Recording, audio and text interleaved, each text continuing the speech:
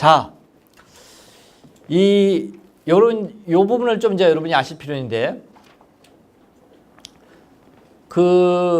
굉장히 분양자가 양호하고 견실하고 하자 보수에 대해서 어떤 의지가 있다 그럴 경우에는 아마 이 다이아그램 중에 가장 바깥쪽에 있는 많은 부분을 책임져서 해주려고 할 겁니다.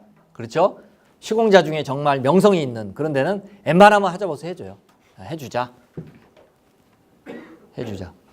이 이제 시공자들이 생각하는 것 중에 하나 잘못이 뭐냐 하면, 이 하자 보수 보증금 100분의 3이죠. 100분의 3이라는 금액이 잘못된 생각 두 가지예요. 입주자들은 또는 하자 보수를 요구하는 사람이 100분의 3은 우리를 위해서 써야 된다. 무조건. 이거 잘못된 생각이에요. 다음에 이제 시공자의 잘못된 생각. 100분의 3 중에 안 쓰는 만큼 이익이다. 그런 생각, 이것도 잘못된 생각이에요. 100분의 3을 보장해 놓는 거고, 그 사람이 공사를 잘하면 적게 쓰는 거예요. 그러니까 품질을 그만큼 우수한 품질로 공사를 잘하면 적게 쓰는 거예요. 당연한 거죠. 그렇죠? 그러나 자기가 공사를 엉터리로 하면 100분의 3이 뭡니까? 100분의 10을 써야 되고 100분의 20을 써야 되는 경우도 생겨요. 실질적으로 판결 금액이 100분의 15가 되는 판결 금액이 나오는 경우도 있어요. 정말 부실공사한 거죠. 네.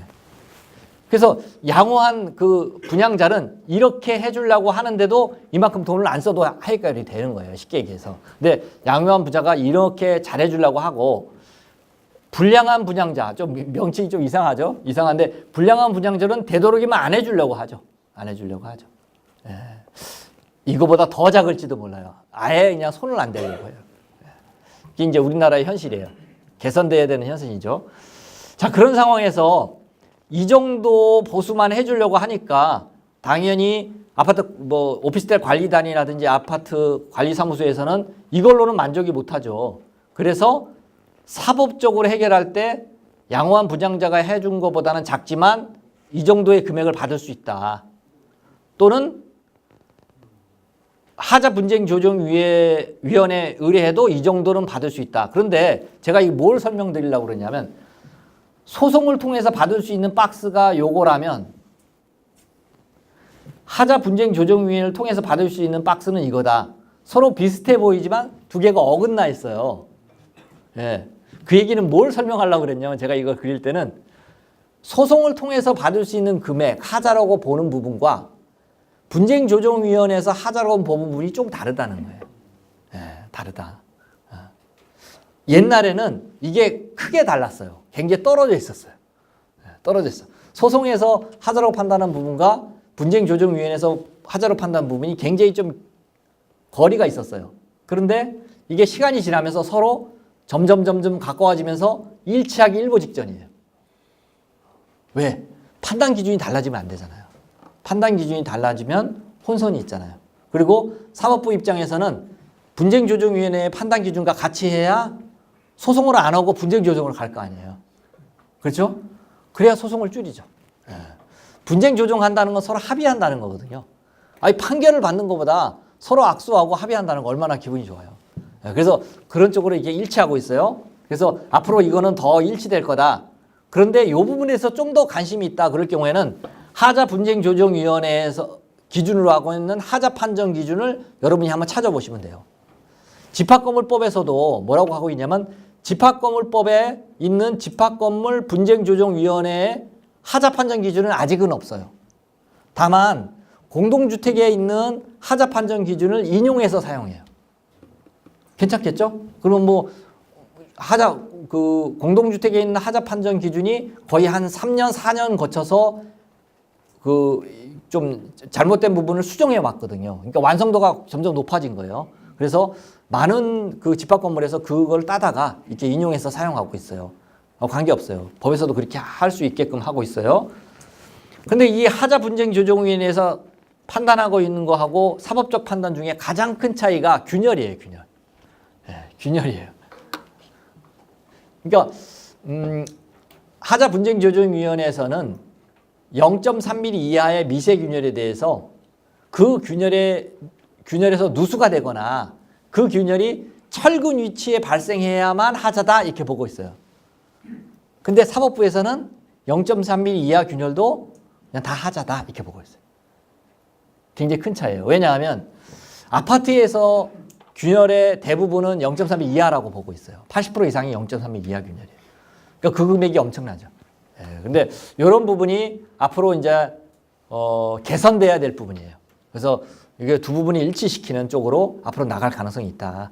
그래서 우리가 이제 여기 하자 소송이나 하자 분쟁을 통해서 점점 그 하자에 대해서 의견을 좁혀 나가고 기준을 정해 나가고 그런 가운데 있다 이렇게 보시면 되겠습니다. 그래서 여러분도 여러분 강의로 끝나지 않고 계속 법이 어떻게 개정되는지 기준이 어떻게 개정되는지 관심을 갖고 이렇게 봐주시면 많은 도움이 될 거다 이렇게 생각이 됩니다. 자, 이렇게 이제 하자 판단을 하는 데 있어서 가장 중요한 게 도면이에요. 이제 하자라는 걸 어떻게 판단해요, 그죠? 하자, 물론 아까 하자 판단 기준 중에 법을 위반했다, 계약을 위반했다, 하자죠. 근데 그 중에 하나가 뭐였죠? 설계 도면대로 안 했다 이거거든요. 그래서 법 위반하면서 공사한다든지 법을 위반하면서 예를 들어 설계를 하는 경우가 많지가 않아요. 그렇겠죠? 또 계약상 의무를 다 하죠. 그런데 설계 도면대로 하지 않는다? 많이 있어요. 그래서 설계 도면대로 안 하는 걸 하자라고 봤을 때 그 하자 판단 기준은 설계 도면이 되는데 이 설계 도면 중에 어느 게 우선하느냐 이게 이제 또 중요한 이슈가 되죠. 자, 그래서 여러분 교재에 보면 137페이지에 보면 138페이지네요.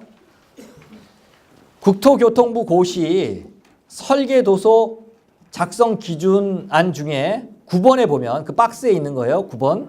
설계도서 해석의 우선순위 이렇게 나와 있어요.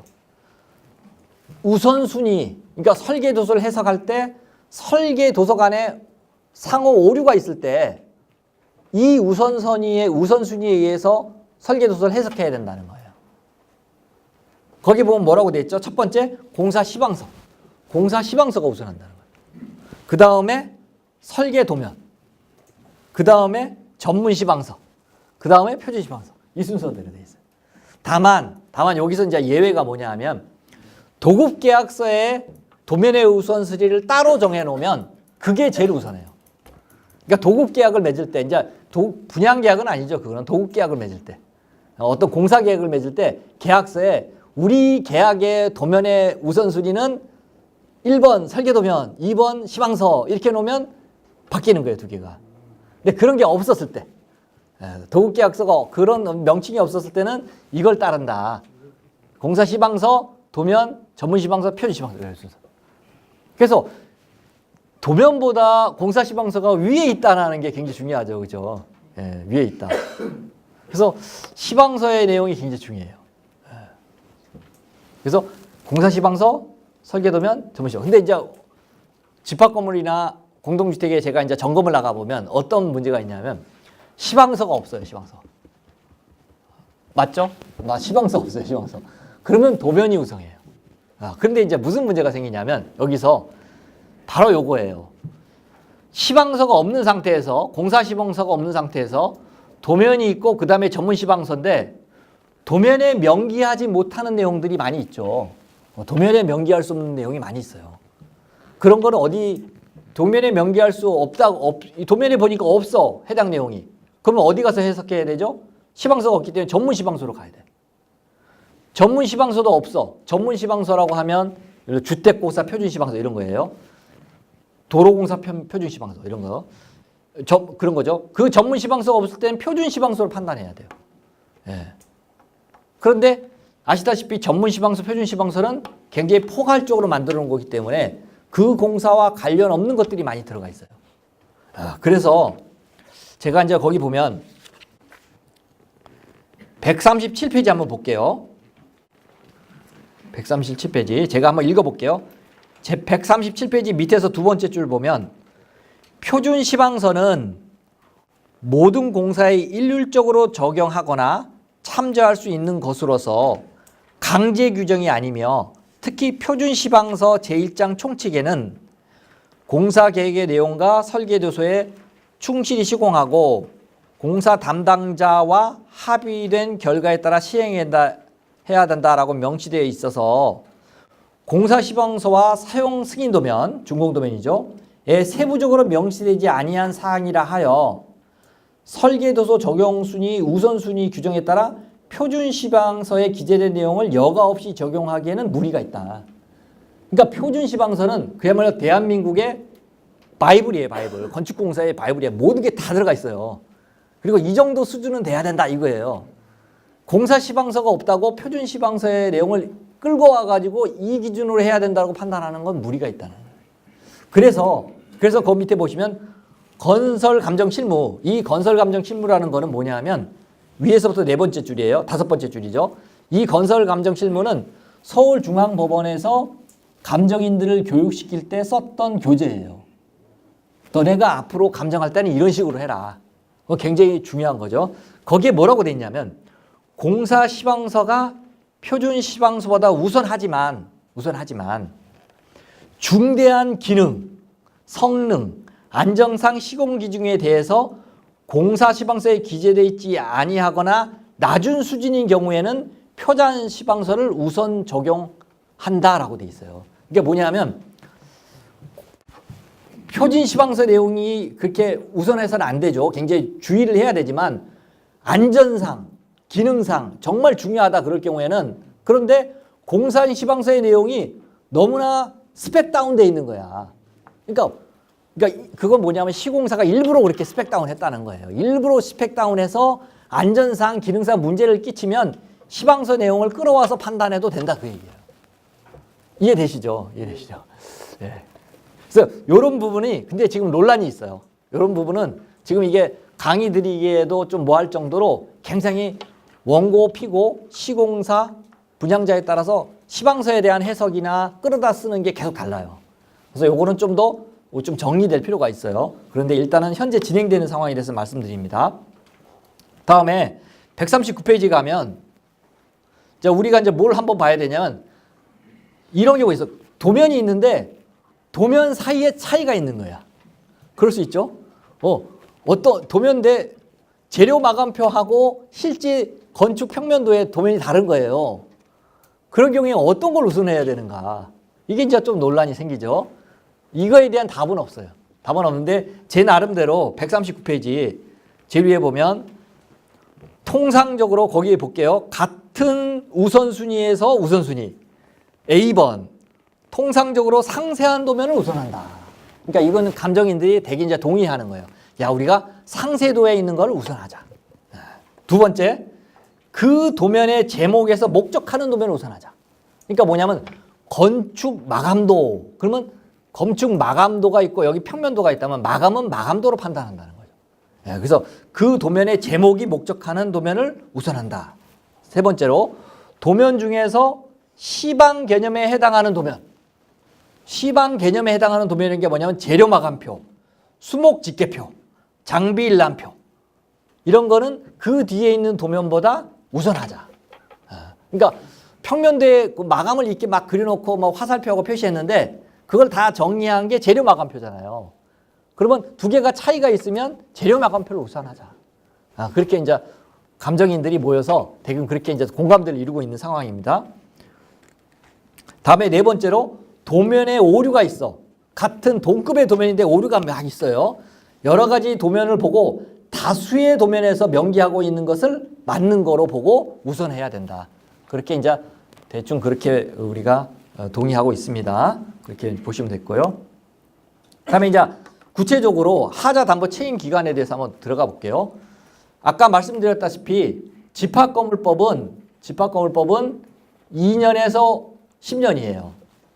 주택법은 1년에서 10년인데 2016년 9월 달에 8월 16일 그리고 시행령 9월 1일 공동주택관리법이 생기면서 2년에서 10년으로 집합건물법과 일치시켰죠. 그런 내용들이 여러분 교재 149페이지에 보면 집합건물법에 대해서 나오고 140페이지에 보면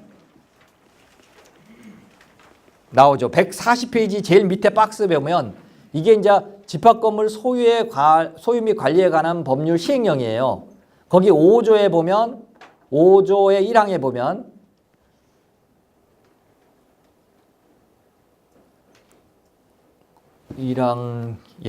그 위부터 봐야 되겠네요. 위부터 보겠습니다. 거기에 법을 먼저 보겠습니다. 법 9조 2항 위에 박스예요. 위에 박스 보면 담보책임기간의 존속기간 해가지고 1번에 건축물의 건축물 주요 구조 및 지방공사의 하자는 10년. 아까 말씀드린 거죠. 그리고 그 밑에 보면 그 외의 하자는 5년 범위 내에서 대통령령으로 정한다. 이렇게 돼 있죠. 그리고 이제 그 밑에 박스면 대통령령으로 정하는 기간은 그 얘기는 뭐냐면 5년 이하 하자에 대해서 5년이라고 정하는데 실질적으로 그 2번에 가보면 대지조성공사, 철근콘크리트공사 이런 것들은 5년, 그리고 건축법에 의한 설비공사, 목공사, 창호공사는 3년, 마감공사는 2년 이렇게 나누고 있다. 이렇게 보고 있습니다. 그리고 이제 그 나번은 주택법이니까 넘어가고요. 이미 이제 주택법은 힘을 잃고 있습니다. 143페이지 나와 있는 게 공동주택관리법이에요. 공동주택관리법인데 여기도 마찬가지죠. 거기도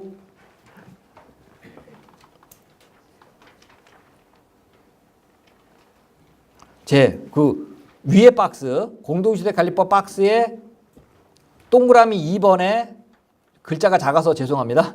2번에 쭉 두 번째 줄 정도 가면 공동주택의 내력구조별 시설공사별로 10년이라고 돼 있어요. 10년이다. 담보책임기간은. 그리고 그 밑에 공동주택관리법 시행령 동그라미 1번 박스의 중간 아랫부분에 해당해요. 내력구조별은 10년, 시설공사는 별표 4에 따른다. 이렇게 돼 있죠. 이렇게 공동주택법과 집합건물법이 이렇게 다루고 있습니다. 그래서 참고적으로 봐주면 여러분 144페이지 보면 이게 이제 공동주택법의 별표 4에 대한 담보책임기간인데 여기 보면 마감공사 해가지고 2년이라고 돼 있어요. 144페이지 2년이라고 돼 있죠, 그죠? 그러니까 1년은 없는 거예요. 이건 집합건물 것도 마찬가지죠.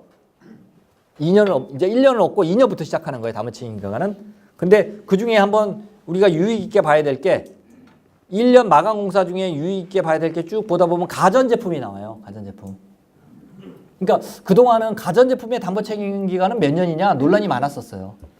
어떤 혹자는 이걸 뭐 그 가전제품의 AS 기간이다 뭐 이렇게 얘기하기도 하고 그랬는데 공동주택관리법에 의하면 2년이라고 이렇게 하고 있어요. 근데 집합건물법 같은 경우에 집합건물법 시행령에 그렇게 상세하게 안 나타내고 있죠. 아까 봤죠, 그죠?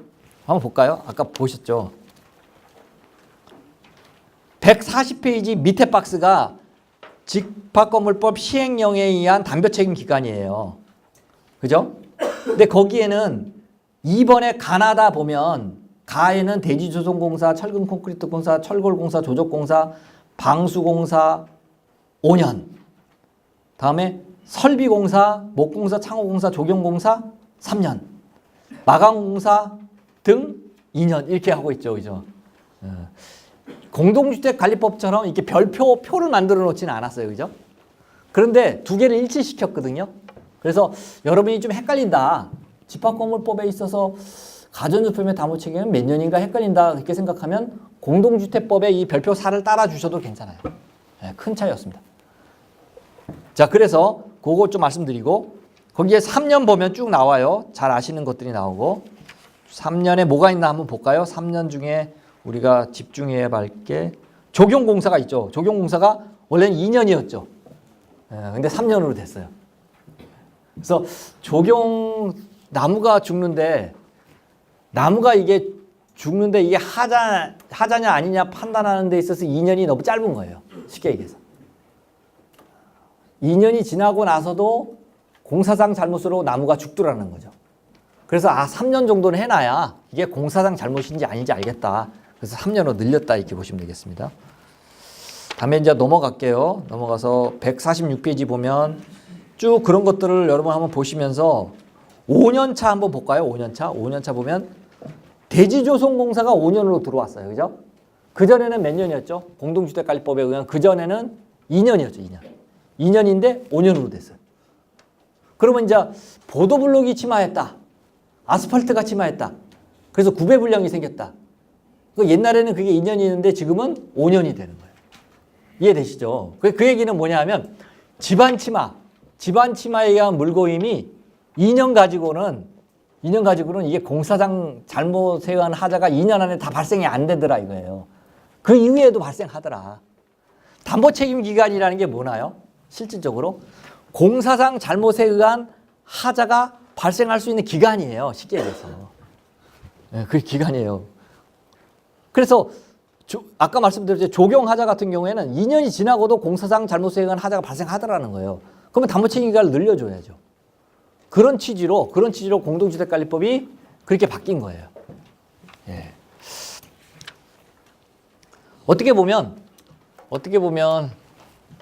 예. 뭐 자재의 우수성 때문에 이렇게 늘어날 수도 있어요. 늘 수도 있는데 그 어떻게 보면 보다 그런 것도 있고 이 하자에 대해서 자꾸 이제 분쟁이 나다 보니까 보다 두텁게 구분 소유자나 소비자를 보호한다는 차원 그게 더 이제 크다고 보이는 거죠. 예. 다음에 그 밑에 이제 철골 공사 있고 철근 콘크리트 공사, 조족 공사가 5년으로 들어갔어요. 그래서 집합 건물 같은 경우에 이제 지하 주차장 외벽 쪽으로 이중벽이 쌓이거든요. 바깥쪽에 콘크리트 있고 내부에 조족벽으로 이렇게 이중벽을 만들죠. 그때 그 조족벽 담보책임기간 5년으로 이렇게 5년. 예. 이해되시죠? 예.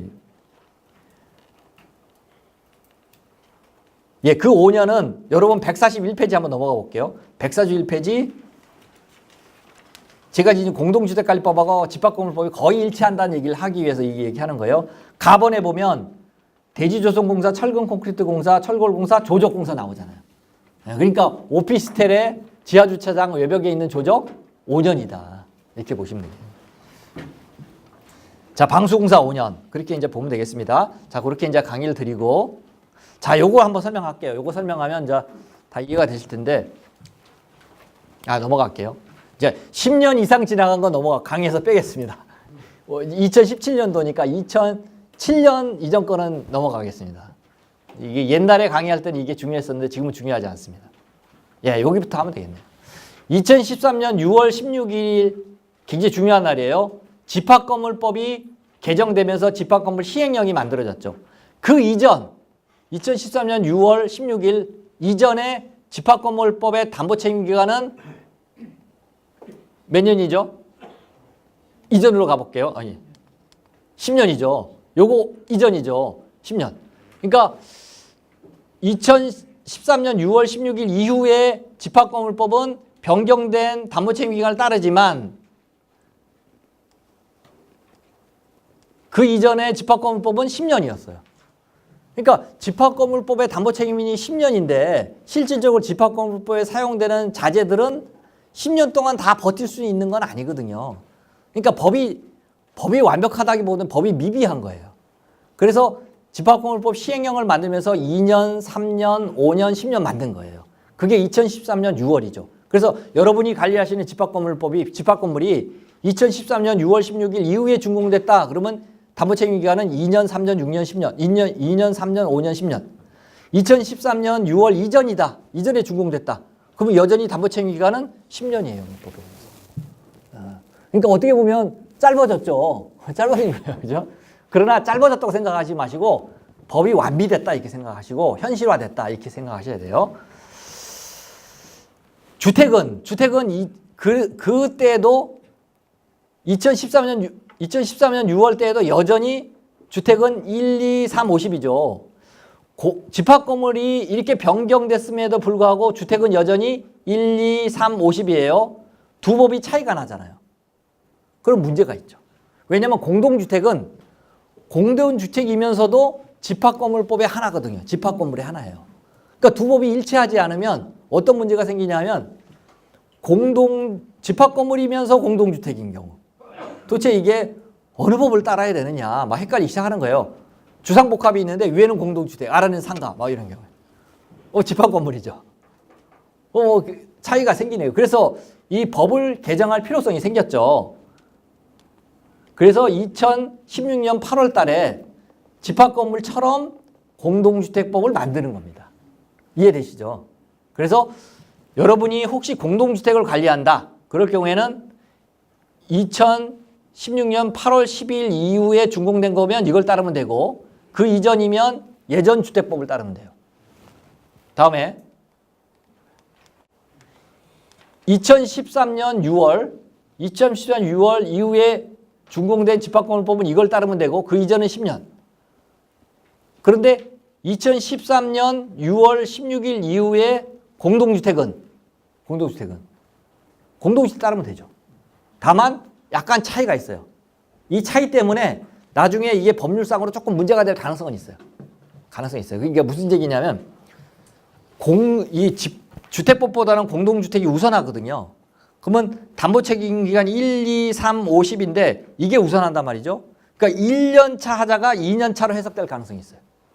그러니까 그 얘기는 뭐냐면 타일이 공동주택의 타일은 1년 차인데 집합건물법으로 해석하면 그게 2년 차 하자가 되는 거예요. 그래서 어떤 사람이 이 타일 하자가 1년 안에는 발생 안 했는데 2년 바로 그 전에 발생한 거예요. 자, 그러면 하자 보수 해달라. 집합건물법에 의해서. 라고 했을 때 그런 소송이 발생했을 때 그 소송은 대법원까지 갈 가능성이 커요. 그래가지고 대법원에 가서 둘 중에 어느 게 맞느냐 판결이 나면 이 부분이 정리가 되는 거죠. 그전에는 이 두 법의 차이를 누가 뭐라고 명확히 얘기하기가 어려워요. 그런데 관리라는 차원에서 보면 담보 책임 기간이 짧다라고 생각하고 관리하는 게 좋겠죠. 왜냐하면 1년이라고 생각하고 아파트를 관리해야지 이게 2년일 거다라고 생각하고 하자보수 요구도 안 하고 그러면 나중에 그죠? 법적으로 보장 못 받는 그런 일이 생겨요. 그래서 제가 이제 아파트 관리 소장님들 강의할 때는 요 사이에 2013년, 2016년 사이에 공동주택이라 하더라도 이거대로 그냥 관리해 주십시오. 이거대로 관리하다가 담보 책임 기간이 늘어나는 거야 더 좋은 거죠. 뭐. 그렇게 생각하시면 됩니다. 쉽게 생각하셔야 됩니다.